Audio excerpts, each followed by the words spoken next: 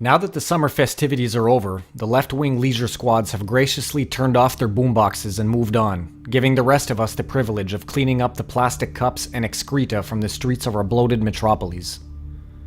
Reminiscing on the dizzying succession of festivals and gastronomy-themed weeks that dotted the calendar, one almost forgets that our borders are still open and our traditions are still being trampled. Modern elites have reverse-engineered bread and circuses to such a degree as to make the Romans seem quaint by comparison. And with the democratization of overindulgence, even the lowliest drone can afford the finest treats, trinkets, and trivialities to dull his senses while the wool is pulled over his eyes.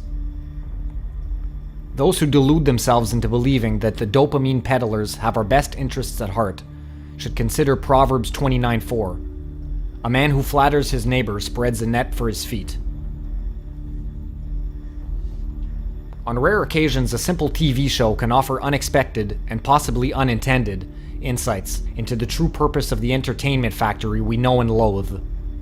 Case in point, one episode of Seinfeld has George and Jerry force-feeding some dumb shiksa turkey and mashed potatoes until she keels over so they can play with her toys.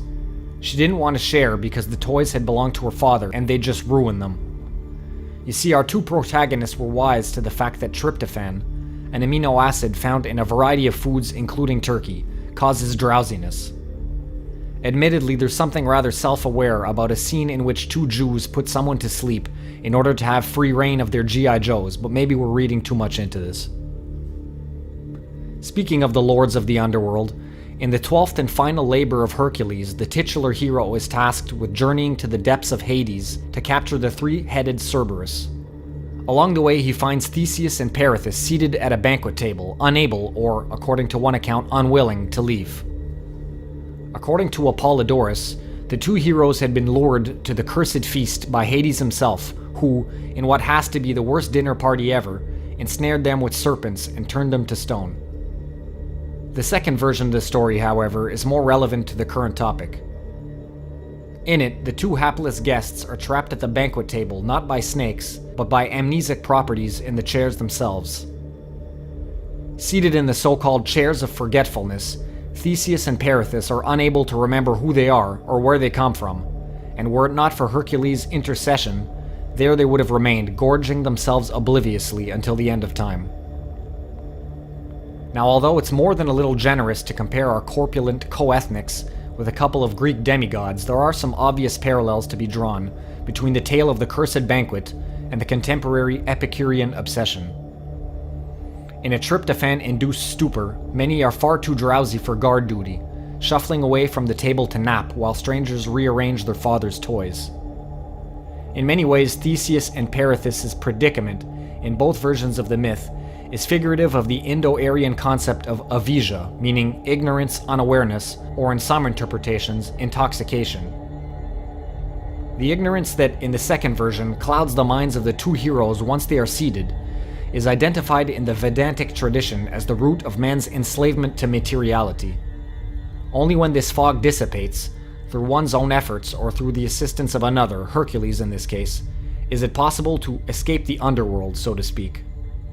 According to this interpretation, although there is no mention of the chairs of forgetfulness in the version of the myth where their legs are bound by serpents, the ignorance or unawareness is not absent, but in a sense presupposed, especially when one considers the significance of snakes in traditional symbolism. To be bound by serpents is to be shackled by earthly impulses, a fate which, as we mentioned, feeds on unawareness in order to nourish itself. A variation on this theme can be found in the story of Tantalus. Once a favorite of Zeus, the Phrygian king incurred the wrath of Olympus by sacrificing his own son, whom he then dismembered and boiled, and serving the gruesome dish in a banquet for the gods. As punishment for this heinous offense, Tantalus is submerged up to his neck in a lake surrounded by fruit trees on all sides. Yet as soon as he attempts to quench his thirst, the water dries up. When he reaches for the fruit, the trees are lifted by winds as high as the clouds.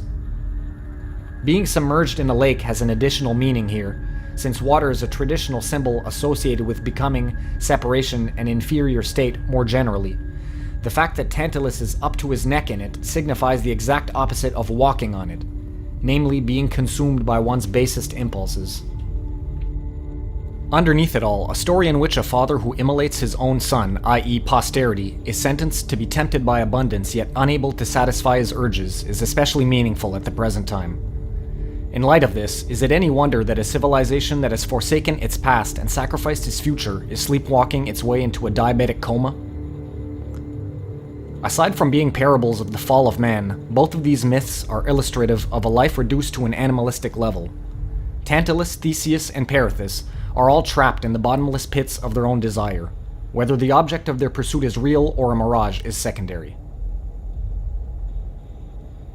Manufacturing need and ensuring compliance are two sides of the same coin, an example of what in business jargon is known as horizontal integration, and when existential angst is added to the mix, profits soar. At the nexus of these three industries there is a banquet and an infinite number of chairs. Fortunately, liberation is as easy as letting go of the long spoons and stepping away from the table.